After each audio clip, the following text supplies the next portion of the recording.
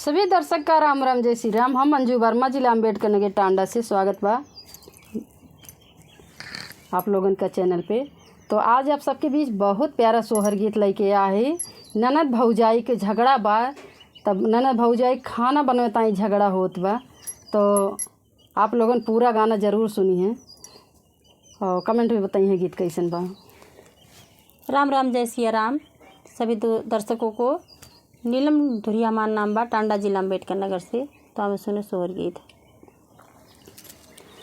राम रसोईया में ननदी तो भौजी से अरज करे, भौजी से अरज करे हो। राम रसोईया में ननदी तो भौजी से अरज करे, भौजी से अरज करे हो। भौजी हम नाही सिझबै रसोईया, गरमी बड़ी लगाई हो। भौजी हम नाही सिझबै रसोईया, गरमी बड़ी लगाई हो। तुही मोरी ननदी से ननदी, तुही न ठाकुराइन, तुही न ठाकुराइन हो। तुही मोरी ननदी से ननदी, तुही न ठाकुराइन, तुही न ठाकुराइन हो। ननदी जब तू जाबू ससुरवा, तो कैसे के करबी हो। ननदी जब तू जाबू ससुरवा, तो कैसे के करबी हो। बोलिया तो बोलू मोरी भौजी, बोलहु नहीं जानू, बोलहु नहीं जानियो हो।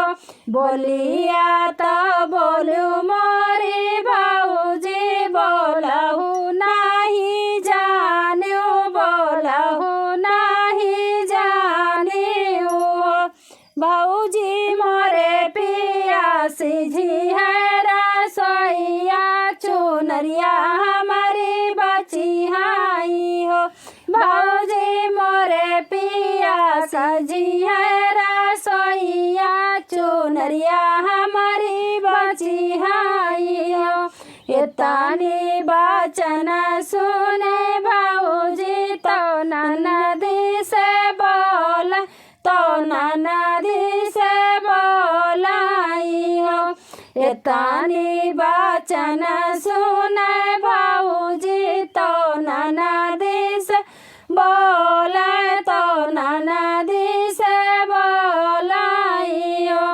ननदी बहुत निक लागे तोहरी बोलिया, बोलत निक लगाई हो।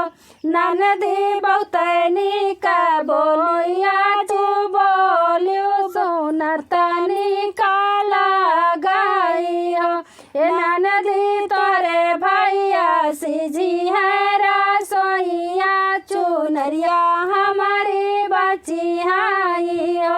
ए ननदी तोरे भैया सिझी है रसोईया, चुनरिया हमारी बची हाई हो। यस बाउरानु मोरी भौजी की के ना बाउरावे, तो के ना बाउरावाई हो। यस बाउरानु मोरी भौजी के ना बाउरावे, के ना बाउरावाई हो। भौजी मोरा भैया चाँदा सूरजवा, रसोईया जीनी सिझाई हो। भौजी मोरा भैया चाँदा सूरजवा, रसोईया जीनी सिझाई हो। अपन भैया